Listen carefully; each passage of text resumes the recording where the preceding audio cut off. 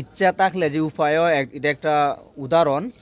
এই দেখেন এটা একটা কিন্তু, এই দেখেন এটা একটা কিন্তু ডাম, বাড়ির ছাদের উপর একটা ডাম। তো ওই ডামের মধ্যে শুধু একটা বেগুনের চারা রোপণ করা হয়েছিল। দেখেন টমেটো চারা, দেখেন কত, মনে হয় 200 থেকে 300 টমেটো একটা চারা থেকে আইছে, একটা চারা থেকে। তো সেই জন্য বলতেছি ইচ্ছা থাকলে উপায়ও। দেখেন এই এই গুড়ির থেকে একবারে আগা পর্যন্ত দেখেন কতটুকু। দেখেন আমি আপনাদেরকে একটু ভালো করে এই দেখেন শুধু টমেটো আর টমেটো, প্রায় 200 থেকে 250 শুধু টমেটো হবে। তো যারা ঈদ থাকলে অনেক কিছু করা যায় বাড়ির ছাদের মধ্যে। এটা হচ্ছে যে বাতাবি লেবু, এটাও কিন্তু ডামের মধ্যে, এটাও কিন্তু ডামের মধ্যে।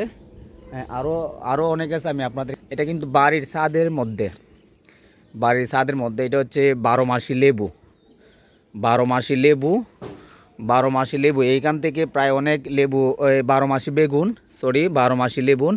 এখান থেকে অনেক লেবু খাওয়া হয়েছে, বা এখনও কিন্তু একটা লেবু আছে। দেখেন একটা বেগুন আছে, একটা বেগুন আছে, সরি। এটা হচ্ছে সজনা, দেশীয় সজনা গাছ। দেখেন দেশীয় সজনা গাছ। আর এটা হচ্ছে কমলা, এটা হচ্ছে কমলা।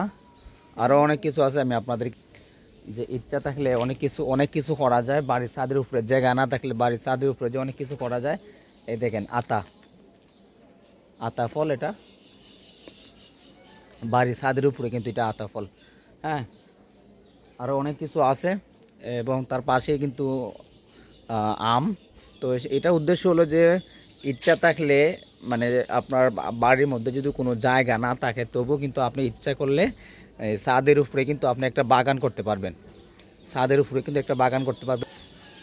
আরেকটা হলো, এটা হচ্ছে জাম্বুরা, আমাদের সিলেটে ভাষা বলে জাম্বুরা গাছ। এটা হচ্ছে আমরুপালি, এটা হচ্ছে আমরুপালি, এটা হচ্ছে আমরুপালি। তো সবাই ভালো থাকবেন, সুস্থ থাকবেন, আল্লাহ হাফেজ।